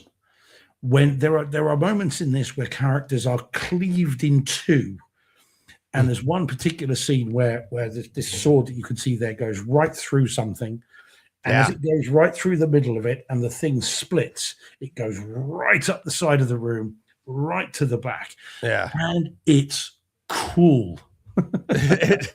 And all the way through it, it's cool. It was a very enjoyable home theater experience, way better than my theatrical experience. And I had a great time with it. This is the way to see this movie. And I can only imagine the disc is going to be better. So tell me why it is, Deej. I would now. I did not A/B this. I did not compare it to the stream, but everything you said, I can only imagine is going to have more dynamics to it, right? Like more dynamic picture, now depending on how good the stream is going to dictate, like we were saying with Ares, but the dynamics of this, and this is one of those movies that, I saw it in the theater. I believe I saw it in a subpar cinema. I don't think I saw this in the X Plus cinema, but seeing it at home, And then the environments that they're putting in here is there's a lot of dark environments, but there's a lot of detail in pretty much every scene, which makes, to your point, like makes that the picture so important and engaging. And it's like, it's very vibrant too for a relatively what you would consider a dark movie. It's not a horror movie. It's not that. But what I mean by, I'm not talking about lighting. I'm talking about like, this is a difficult movie. The story itself is like, there's a lot of substance, in my opinion, to the story in that the way these characters are interacting with each other. But the picture would almost be like the vibrancy and everything. I go to like Thor Love and Thunder type vibrancy in a world that isn't meant to be necessarily comic booky. If that, do you know what I mean by that? Yeah. Like the settings here, that's like, this is supposed to be like Badlands. This is supposed to be like bad stuff happens. And somehow at the end of it, I felt like the characters were in peril. But they are not people, right? So that gives you a little separation. Obviously we have our history with the, Predator and going back to 1986, and it's a bad guy, but now you're looking at it in a different light over the years, and you understand their society, what they're doing. So that gives you a different perspective. But the vibrancy and everything of the blades, of the colors and all of this stuff, and the jungle and the different settings that you go into, whether it be a jungle or inside some cabin or wherever not cabin, but you know what I mean? Some of the facilities that you're in. I felt like, to your point, like the picture just really is like a home theater experience. And then the audio, that's same as before, like the Atmos, the directionality of those cuts, the action scenes of things spinning around the room. I forget what the scene was, but there was a scene where it's like stuff is going around the room. I forget exactly what it was, but it was like the camera perspective. There's one that I'd love to talk to John about where you're talking about like this, a kind of a kung fu scene where like separated and she's like kicking butt in two places, which is kind of cool. And I'm thinking like the choreography of that, which is hysterical. And if you haven't seen it, you don't know what I'm talking about. But if you've seen it, you're like, yeah, I know what he's saying. But I thought that was really cool. And the sounds of that, like, cause she's in, you know what I mean? It's like her mouth was further away from her feet than you would expect. So you heard all that, and it made it fun. That stuff is fun, right? So it does. It gives you that whole entire home theater experience where every part of this was utilized. Sound, the entire room was utilized for that. And same with the picture. So. Yeah, it's a playful sound mix at times as well, which I really like, which is what you're getting at there. It was really, really good. But the bass is decent, separation is decent, the atmospherics are great. I mean, that bit that you're seeing there, which is slightly out of context for the film, but with the sort of the tree creature thing, so they're all zipping around the room, and the branches are moving and trying to get him as he's running, and that's all changing. I've watched it 2 or 3 times, not the whole film, but certain bits of it 2 or 3 times since I've had this. I've got to get my money's worth having bought it. It's a really, really good mix. Very, very cool. And again, I can only imagine that the disc is going to be better. I can't wait to see it when it comes out. Very, very cool. Really good experience is what I would say. Yeah, it's cool. Yeah. So I have it number 2. So far, because I would put it a notch down, because I just thought the action sequences and the way that lighting, the dark, the reds of air, it just was so dramatic that I was just like, and again, and I didn't touch on this, about the, variable aspect ratio compared to the non-variable aspect ratio of Ares. And I thought it added to it, but I didn't think it was, super important. Like if you go with just the straight, there was like, you'd be like, okay, like I didn't miss it. It was great when you had it. I would prefer it if I could get it like on Kaleidoscape. That is the way I would watch it. But I also wouldn't, even with that slight difference, I wouldn't sacrifice that slight difference for that. Right. Okay. Yeah. Well, I mean, I haven't seen my disc of it yet. Yeah. I would, again, I wish it had the variable aspect ratios because I loved how that looked. But again, Jordan saying in the chat, and old school Kung Fu films as well, that the disc is awesome. So yeah, I'll give it a go. But I would love to have had the VAR stuff would have been very nice. But never mind. Can't have everything. Damn it. Yeah, exactly. Right. Just you want to do the one you were itching to talk about? Yeah. Go All on, right. man.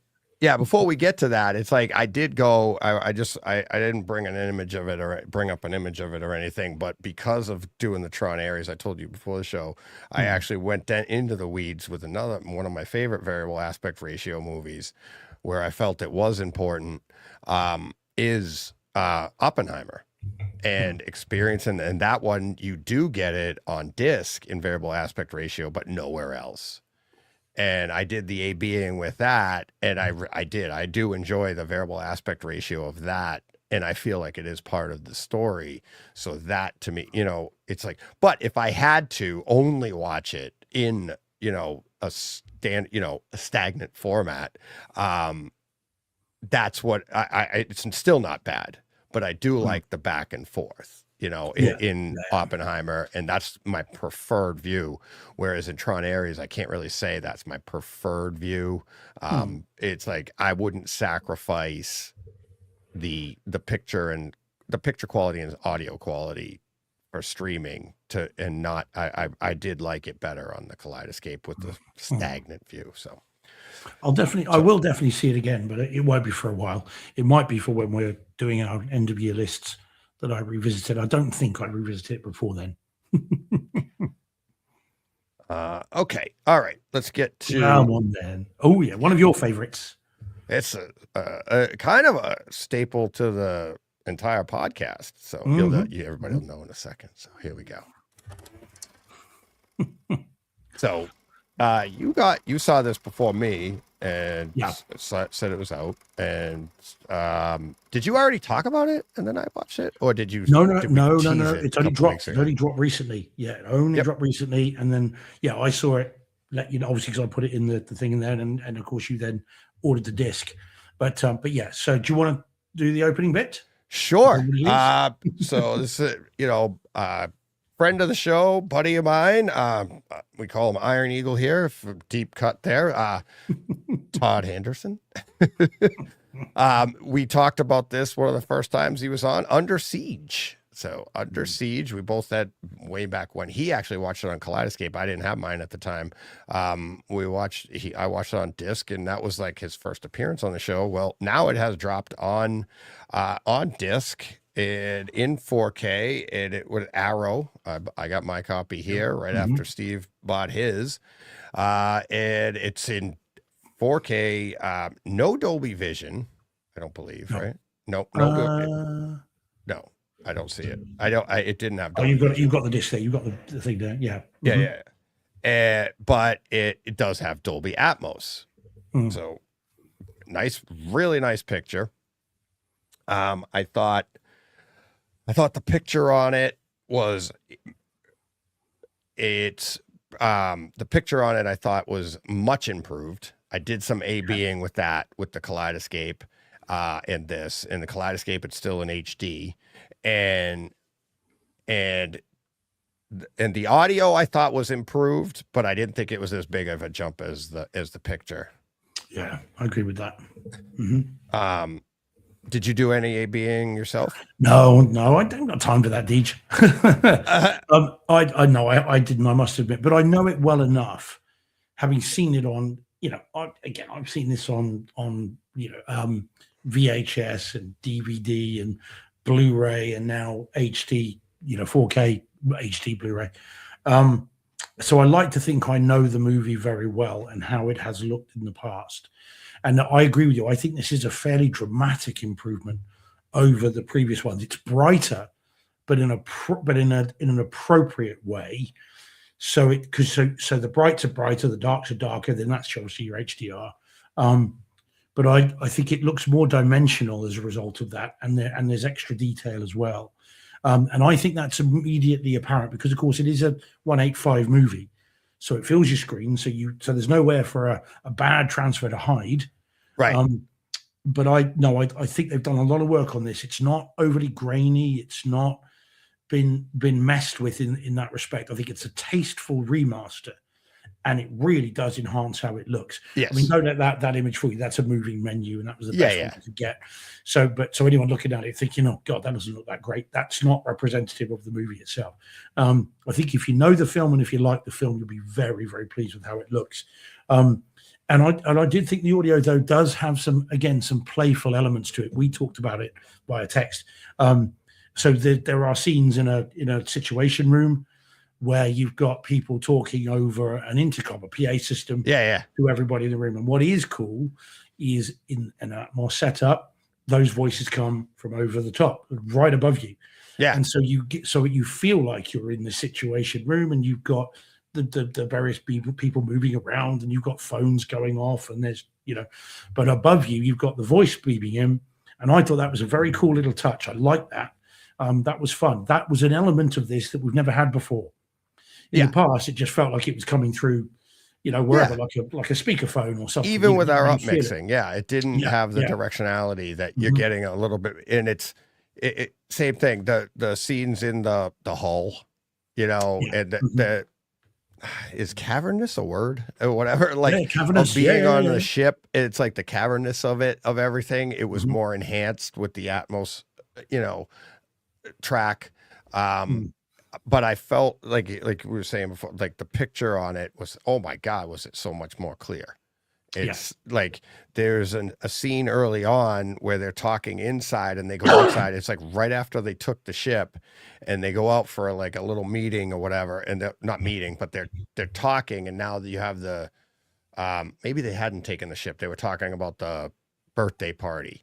And you have the sun in the background, and you have all this in the clarity. I went back and forth on that, and the clarity and the lighting, how the brights were really bright, even in the HD, but it didn't drop off as nicely as it does with the HDR. And it's so like you got, and there were some difficult shots that in HD it was fine, but it was, what is this? Cavernous. How much more cavernous could it be? Cavernousness. Yeah, cavernousness. Could it be? None more cavernous. Okay, yeah, you're making my point, kind of. It's like you're trying to duplicate it. They did a better job of duplicating the cavernousness.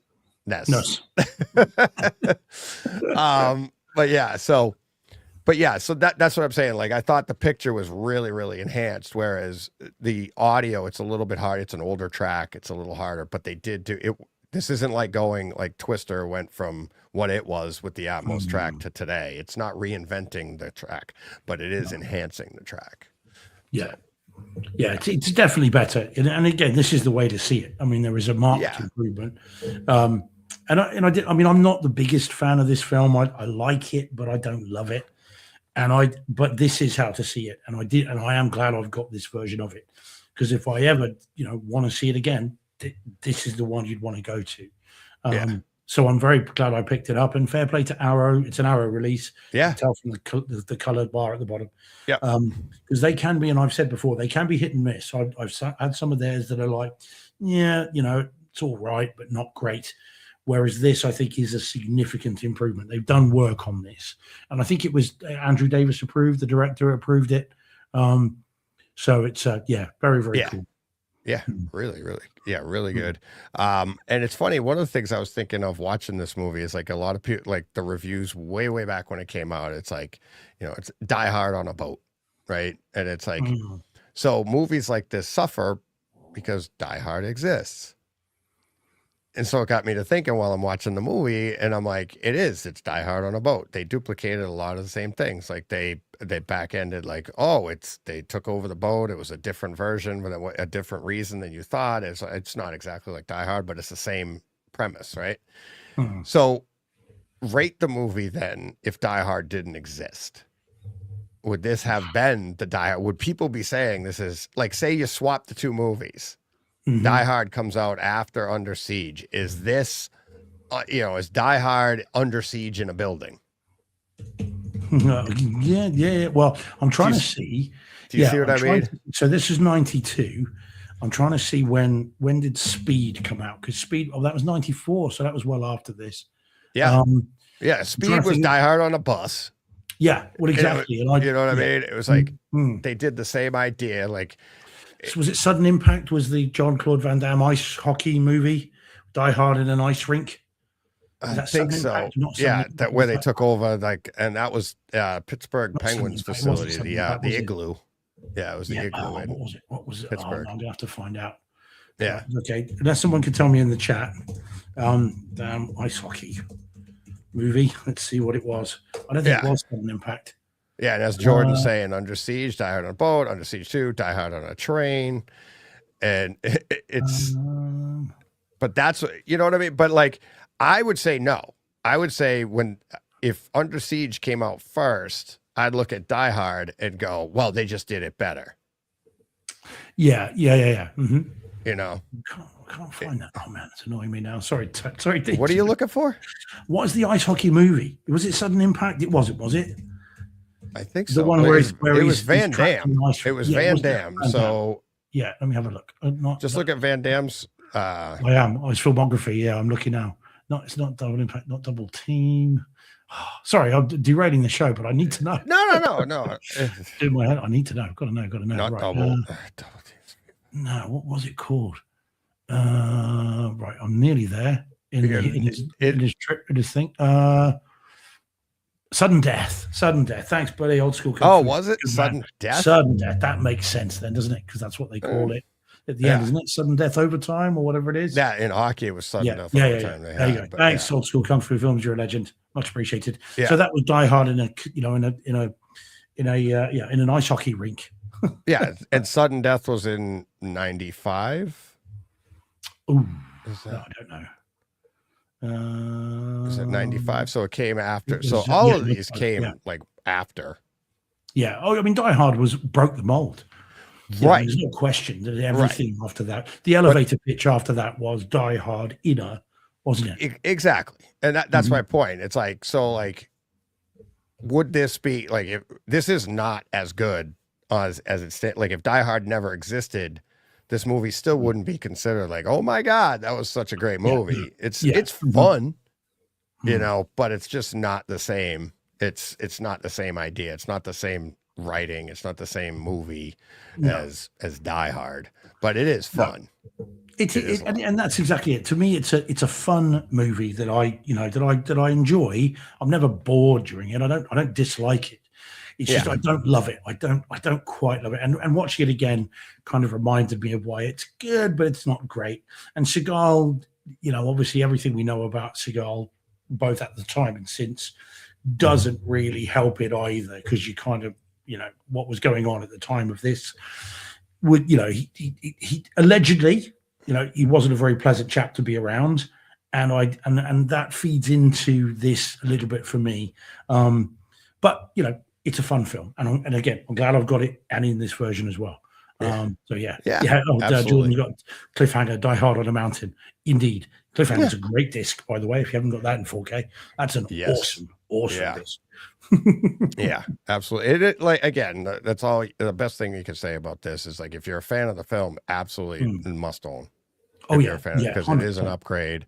Yeah, it is a great home theater experience, upgraded from what it was. So yeah, absolutely. Yeah, so it's very cool. all right. Alrighty. Cool. We've got through quite a bit there. I think we've done quite well there. Yeah, exactly. All right. For next week, next Thursday, hopefully I'll get some stuff in. But we do still have plenty of stuff on the docket here. Yes, including a film that I'm going to be very curious to talk to you about, and with your dad's experiences as well. A film I finished earlier today. It's the most recently added one. That's going to be fun to talk about. Yeah. Okay. Yeah. Oh, jeez. My dad's experiences I know. with that It's one. just- I know. Oh my God. That's going to be a fun discussion, that one. Yeah, that's wicked funny. All right. Yeah, and that leaves them guessing. Oh yes. For sure. Yeah. So, while we were chatting earlier, I checked. I don't know if I've updated everybody, but we are now in 71 countries. Ooh. Up to 71. Brand new. I don't think I've said that before. I think that's a big jump. I think the Yeah, last wasn't it time we like were 60 or early, something? 58, 60? Yeah. early 60s, 61, I think was the last. And our most recent ad is China. Oh, I mean, that's a big one. That's billions of people. yeah. As of right now, only one of them's one. We got Are we sure we've not been pirated? We've not been copied over there, have we, Deej? Is it maybe. it's a knockoff version of us, I'm thinking. Okay. Well, it can't be, because if it was a knockoff, we wouldn't be getting credit for it. And the knockoff would get the credit, right? This is somebody Maybe they listen to are. us, maybe to We get compare us one. to the knockoff. The knockoff's got 500 million, Yeah, exactly. So, but yeah, we have one lucky Chinese person. Awesome. Fair play That's to all them. you need. It's going to spread like wildfire. Look out. Yeah, I'm not going near that. Yeah, not from Wuhan, I hope. Yeah. Oh God. All right. On that. Yeah. So everybody, 71 countries around the world. Thank you, everybody, for listening. Thanks to all the Patreon supporters. Most recent, Bryce Nicole. Thank you very much. And if you can't support us monetarily, just tell your friends, tell them about us, and that's how we spread the bright side of everything, I guess, right? Yeah. And I'm the most successful I've ever been. There you go. Oh yes. Oh God. So, all right. Thanks, everybody. Have a great week. We'll be back next week. Again, we'll be back next week for the live show. We'll be on Thursday. Audio only will come out on time. So until next time, you know what you got to do. Nope, that's not it. Where did it go? There we go. All right. Until next time, maybe I'll know what I got to do. You know what you got to do. Go push play. What he said. That's right.